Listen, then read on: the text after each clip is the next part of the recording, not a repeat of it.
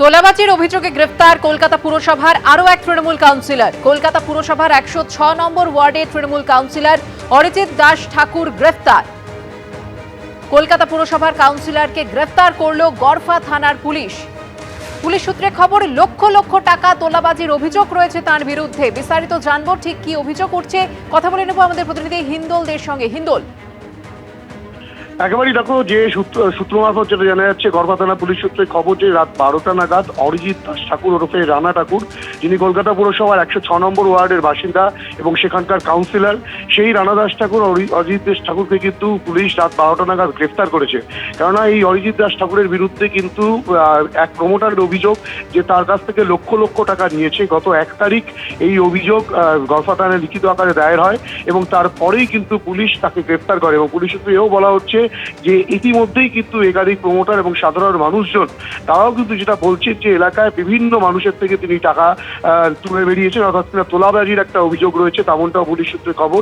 তার পাশাপাশি লোকজনকে ভয় দেখানো, কেউ টাকা না দিলে তাদেরকে ভয় দেখানো, সেই অভিযোগ কিন্তু এলাকার বাসিন্দারা করছেন, তেমনটাই পুলিশ সূত্রে জানা যাচ্ছে। গোটা ঘটনায় পুলিশ 1 তারিখ যে অভিযোগ পেয়েছিল, সেই অভিযোগের পরিপ্রেক্ষিতে অরিজিৎ দাস ঠাকুরকে পুলিশ গ্রেফতার করেছে। তাকে আজকে আলিপুর আদালতে পাঠানো হবে এবং তার পাশাপাশি এই গোটা ঘটনা তদন্ত করে দেখা হচ্ছে আর কোন ব্যক্তির কি কি অভিযোগ রয়েছে সেটা, তেমনটাই কিন্তু পুলিশ সূত্রে খবর। হিন্দোল, তুমি আমাদের সঙ্গে থাকো। তোলাবাজির অভিযোগে গ্রেফতার করা হয়েছে কলকাতা পুরসভার আরও এক তৃণমূল কাউন্সিলরকে। কলকাতা পুরসভার 106 নম্বর ওয়ার্ডের তৃণমূল কাউন্সিলর অরিজিৎ দাস ঠাকুরকে গ্রেফতার করা হয়েছে। তোলাবাজির অভিযোগ উঠেছে তার বিরুদ্ধে, লক্ষ লক্ষ টাকা তিনি এইভাবে তোলাবাজি করে তুলেছেন বলে অভিযোগ। আরেকবার কথা বলে নেব আমাদের প্রতিনিধি হিন্দোলদের সঙ্গে। হিন্দোল, আর ঠিক কি কি জানতে পারছো? দেখো, পুলিশ যেটা জানাচ্ছে যে এই অরিজিৎ দাস ঠাকুরের বিরুদ্ধে কিন্তু অভিযোগ যে এলাকায় কোনো কাজ করতে গেলে, অর্থাৎ কিনা 106 নম্বর ওয়ার্ড যেটা গড়ফা থানা এলাকায়, সেখানে কিন্তু কোনো কাজ করতে গেলে সেক্ষেত্রে কিন্তু অরিজিৎ দাস ঠাকুরকে না বলে কোনো রকম কোনো কাজ করা যেত না। বৈধ কাজ, সমস্ত রকম প্ল্যান থাকা সত্ত্বেও তারপরেও তাকে টাকা দিতে হতো। টাকা না দিলে ভয় দেখানো হতো, আইনি জটিলতায় ফেলবে তেমন ভয় দেখাতো, এমনকি প্রাণনাশের হুঁশিয়ারিও পর্যন্ত দেওয়া হতো, তেমনটাও পুলিশ সূত্রে খবর। এবং ইতিমধ্যেই কিন্তু যেহেতু সরকার পরিবর্তন হয়েছে, বিজেপি সরকার ক্ষমতায় আসার পর বহু মানুষ কিন্তু প্রতিবাদের ভাষাটা খুঁজে পেয়েছেন, তেমনটাই দেখা যাচ্ছে। এবং তারই পরিপ্রেক্ষিতে গত 1 তারিখ একজন প্রমোটার অভিযোগ করেন যে অরিজিৎ দাস ঠাকুর তার কাছ থেকে কয়েক লক্ষ টাকা নিয়েছে, তাকে ভয় দেখানো হয়েছিল। এবং এই অভিযোগ পাওয়ার পরেই কিন্তু পুলিশ তৎক্ষণাৎ অরিজিৎ দাস ঠাকুরকে খুঁজতে শুরু করে এবং গতকাল রাত 12টা 5 নাগাদ অরিজিৎ দাস ঠাকুরকে পুলিশ গ্রেফতার করে। তাকে ইতিমধ্যেই বিভিন্ন ধারায়, জামিন অযোগ্য ধারায় মামলা রুজু করে পুলিশ তাকে আলিপুর আদালতে পাঠাচ্ছে, তেমনটাই পুলিশ সূত্রে খবর। এবং এর বিরুদ্ধে আর কি কি অভিযোগ রয়েছে সেই বিষয়টাও তদন্ত করে দেখা হচ্ছে, তেমনটাই গড়ফা থানা পুলিশ সূত্রে খবর। ধন্যবাদ হিন্দোল। কোথাও মাটি খুঁড়তেই টাকা, গুলি, বন্দুক, আবার কোথাও মাটি খুঁড়তেই কয়লার খনি। বীরভূমের সদাইপুরে তৃণমূলের পঞ্চায়েত সদস্যার ঘরেই কয়লার ভান্ডার। তৃণমূল নেত্রী মর্জিনা বিবির জমি খুঁড়তেই প্রচুর কয়লার হদিশ পাওয়া যায়। পাচারের জন্য কয়লা মজুত করে রাখা হতো, ত্রিপলে মুড়ে মাটির তলায় রাখা হতো কয়লা।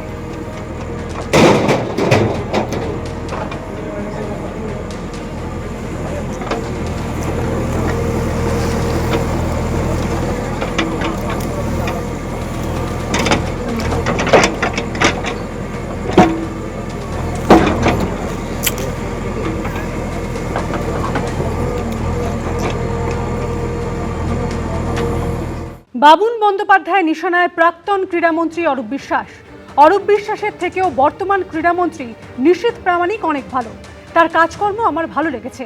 বেঙ্গল বক্সিং অ্যাসোসিয়েশনের সচিব এবং হ্যান্ডবল সংস্থার প্রেসিডেন্টের পদ থেকে ইস্তফা বাবুন বন্দ্যোপাধ্যায়।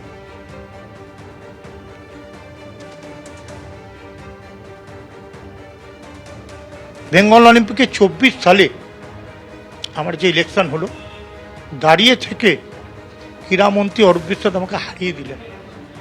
এটা আমার কাছে সবচেয়ে জঘন্যতম দিন গেছে। ক্রীড়ামন্ত্রী কেন করলেন? ক্রীড়ামন্ত্রী তার ভাইকে নিয়ে আসার জন্যে, তার ভাইকে এখানে ঢুকিয়ে রেখে যাতে আমাকে এখান থেকে সাইড করতে পারে, তার কথাই ভেবেছিলেন। তারপরে সুজিত বোস, সেই 24 সালেই আমি হকির প্রেসিডেন্ট ছিলাম। সেখানে হকির প্রেসিডেন্টের জায়গায় সুজিত বোস বলল, বাবুন তুই তো অনেকগুলো পদে আছিস, আমার একটা পদ দে, আমি তোকে 1-1.5 বছরের পরে ছেড়ে দেবো, আমি তোকে চেয়ারম্যান করে দিচ্ছি, তোকে এই করে দিচ্ছি। কিন্তু যে কথা দিয়ে কথা রাখতে পারিনি। সেখানেও আমাকে ওখান থেকে সরিয়ে দেওয়া হলো। এই বরং খেলার জন্য একটা জিনিস করেছে, ক্ষুদিরামে কিছু ঘর ছিল, মানে অ্যাথলেটিক্সের ঘর, টেবিল টেনিসের ঘর, তাদের ঘরগুলো ভেঙে দিয়ে বলেছিল ঘর দেবে, কিছুই করেনি। ক্ষুদিরামকে সাজিয়ে প্লেয়ারদের জন্য বেঙ্গল অলিম্পিকের কিছু কাজ করবে বলেছিল, সেটাও করে দেয়নি। ইভেন এই যে এত বছর ধরে আমরা বেঙ্গল অলিম্পিকে এইটুকু ঘর নিয়ে বসে আছি, অলিম্পিক ভবন করবে বলেছিল, সেটাও করে দেয়নি। আমার মনে হয় এই সরকার করে দেবে। তৃণমূলের ভাঙন ক্রমশ ভয়াবহ চেহারা নিচ্ছে। একের পর এক জেলায় বিদ্রোহী হয়ে উঠছেন বহু তৃণমূল বিধায়ক। তাদের একজোট করছেন তৃণমূলের নেতারা, আর এর মধ্যে চলছে পদত্যাগ পর্ব। মঙ্গলবার কলকাতা পুরসভার মেয়র পরিষদ পদে ইস্তফা দিয়েছেন তারক সিং। জেলা তৃণমূলের চেয়ারম্যানের পদ ছেড়েছেন প্রাক্তন বিধায়ক আশিস বন্দ্যোপাধ্যায়। এ পার্টি থাকবে কি করে, থাকা উচিতও না, থাকবেও না। মমতা বন্দ্যোপাধ্যায়ের তৃণমূল কোথায়? গোটাটাই তো হাইজ্যাক্ট হয়ে গেছে। नहीं तो मरेंगे और जिएंगे तो बीजेपी को हटाते ही जाएंगे।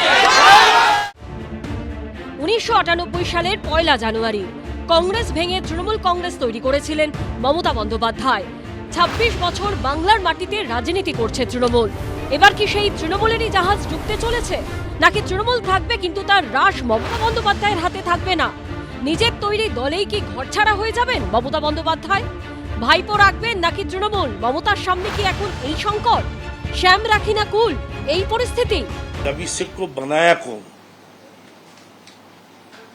Who is the founder of the Abhishek?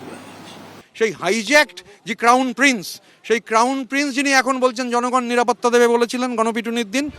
Trinamool প্রতিষ্ঠার পর কখনো কংগ্রেস, কখনো বিজেপির সঙ্গে জোট বেঁধে এগিয়েছেন মমতা বন্দ্যোপাধ্যায়, কখনো আবার একা এগিয়েছেন। पहले प्लीज खेला হবে, খেলা হবে, খেলা হবে। কিন্তু দুর্নীতি, একনায়কতন্ত্র, দল ও প্রশাসনকে মিশিয়ে ফেলা, আইন শৃঙ্খলা ব্যবস্থার বেআব্রু হয়ে যাওয়া, অহংকার, দম্ভ, দুর্বৃত্তায়ন, সিন্ডিকেট, তোলাবাজি, নানা কারণে ভেঙে পড়েছে তৃণমূলের 15 বছরের সরকার। আর এরপরই তৈরি 3 দশকের মধ্যেই আজ সেই তৃণমূলের ভাঙন কি এখন শুধু সময়ের অপেক্ষা? সূত্রের খবর, মালদা, মুর্শিদাবাদ, পূর্ব বর্ধমান, পশ্চিম মেদিনীপুর, বীরভূম, উত্তর 24 পরগনার বহু তৃণমূল বিধায়ক একজোট হচ্ছেন। এবারের বিধানসভা ভোটে মালদার 12টা আসনের মধ্যে 6টায়, মুর্শিদাবাদের 22টা আসনের মধ্যে 9টায় জিতেছে তৃণমূল। পশ্চিম মেদিনীপুরে 15টা আসনের 2টোয়, পূর্ব বর্ধমানের 16টা আসনের 2টোয়, বীরভূমের 11টা আসনের 5টায় জিতেছে তৃণমূল। সূত্রের খবর, এইসব জেলা তৃণমূল বিধায়কের একটা বড় অংশ ইতিমধ্যে বিদ্রোহীদের তালিকায় নাম লিখিয়েছেন, আর তাদের একজোট করছেন তৃণমূলেরই নেতারা। I live for a day, so I cannot tell what happens tomorrow. কাল কি হবে আমি এক্ষুনি বলতে পারছি না। গতকাল এমএলএ হোস্টেলে গেছিলাম, শুধু জাভেদ খান কেন, অনেক এমএলএর সঙ্গে দেখা হয়েছে, কথা হয়েছে। হ্যাঁ, শিউলিদি ছিলেন। তো 24 পরগনার রথিনদাকে দেখতে গেছিলাম। কুণাল ঘোষ আমাদের সঙ্গে তো ক্রমাগত যোগাযোগে ছিলেন, এখন কুণাল ঘোষের জানি না হয়তো রাগটাগ হয়েছে। আগামীকাল তৃণমূল কংগ্রেসের সংখ্যাগরিষ্ঠ হাওড়া গ্রামীণের বিধায়ক নবান্নে মুখ্যমন্ত্রী শুভেন্দু অধিকারীর প্রশাসনিক মিটিংয়ে যোগ দেবে। আমার কোনো পাইলট নেই, আমার সঙ্গে একজন নিরাপত্তারক্ষী আছেন। গতকাল থেকে গদ্দার বেইমান এগুলো শুনছি, কিন্তু এটুকু বলতে পারি যে কেউ হচ্ছে চোর চোর চোর চোর করে কোনো কথা বলেনি আমায়। এরই মধ্যে বীরভূম জেলা তৃণমূলের চেয়ারম্যান এবং জেলা কোর কমিটির চেয়ারম্যান পদ থেকে ইস্তফা দিয়েছেন প্রাক্তন তৃণমূল বিধায়ক আশিস বন্দ্যোপাধ্যায়। কৃষ্ণেন্দু অধিকারী, আশাবুল হোসেন ও সত্যজিৎ বৈদ্যের রিপোর্ট, এবিপি আনন্দ। মেয়র পরিষদের পদ থেকে পদত্যাগ করলেন তৃণমূলের হেভিওয়েট নেতা তারক সিং। সরাসরি নিশানা করলেন মমতা বন্দ্যোপাধ্যায় এবং অভিষেক বন্দ্যোপাধ্যায়কে। ফের নেতৃত্ব বদলের দাবিতে সরব হলেন তারক সিং। দলটা কারোর ব্যক্তি সম্পত্তি নয়, এই নেতৃত্বের পরিবর্তন চাই, এটা আমি নিশ্চয়ই বলব। দ্রুত ছোট লালবাড়ির ভোটের সম্ভাবনা, অর্থাৎ কলকাতা পুরসভার ভোট। তার ঠিক আগে মেয়র পরিষদের পদ থেকে পদত্যাগ করলেন তৃণমূলের হেভিওয়েট নেতা তারক সিং। ভোটে ভরাডুবির পর তৃণমূল কার্যত তাসের ঘরে পরিণত হয়েছে। কেউ নেতৃত্বের পদত্যাগ চাইছেন, কেউ নিজেই পদত্যাগ করছেন। সরাসরি নিশানা করছেন দলের শীর্ষ নেতৃত্বকে, উগরে দিচ্ছেন তীব্র ক্ষোভ।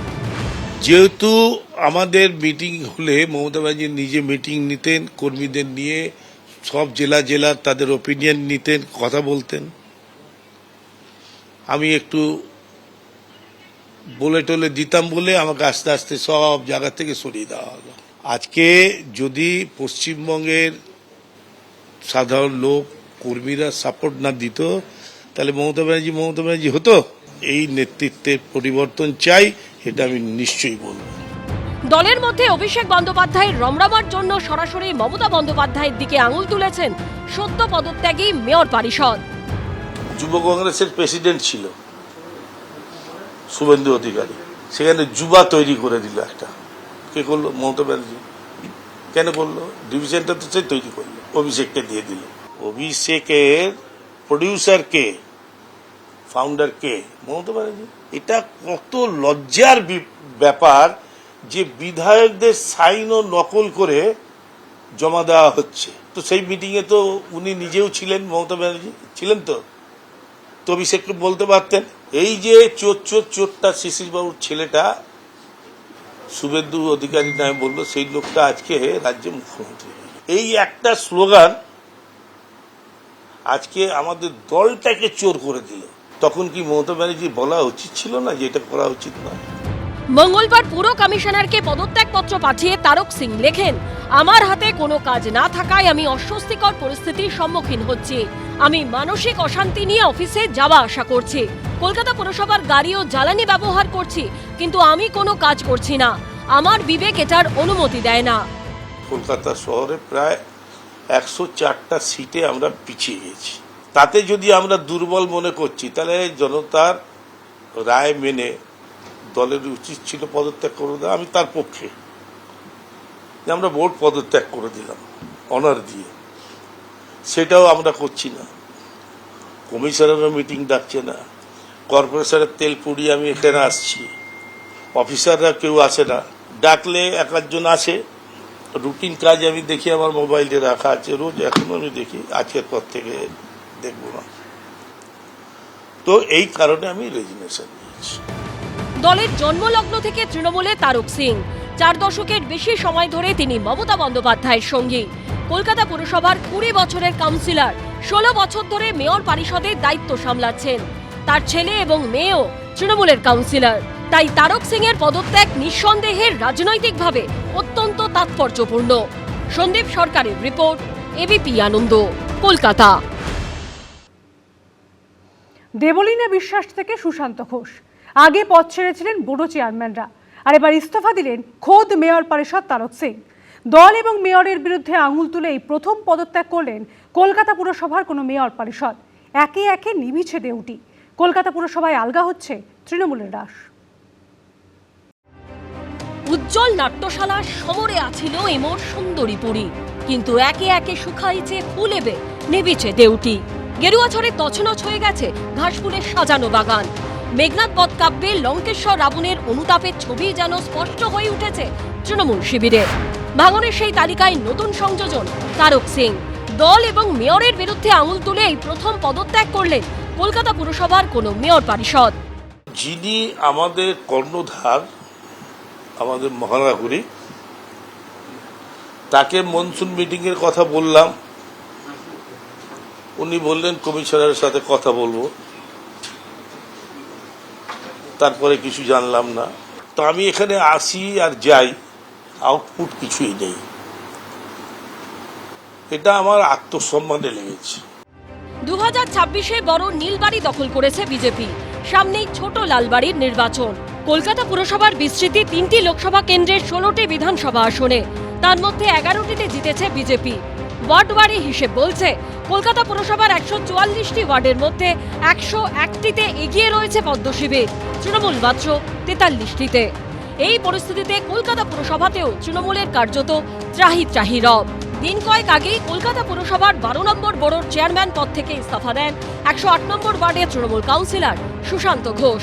মিউনিসিপাল অ্যাকাউন্টস কমিটির সদস্য পদ ত্যাগ করেন 98 নম্বর ওয়ার্ডের তৃণমূল কাউন্সিলর অরূপ চক্রবর্তী। অভিষেক বন্দ্যোপাধ্যায় সংস্থা ও তার পরিবারকে পুরসভার নোটিশ পর্বের মধ্যেই সেই বড়োর চেয়ারপারসন পদ থেকে ইস্তফা দেন তৃণমূল কাউন্সিলর দেবলীনা বিশ্বাস। এবার প্রথম কোনো মেয়র পরিষদ পদ থেকে ইস্তফা দিলেন।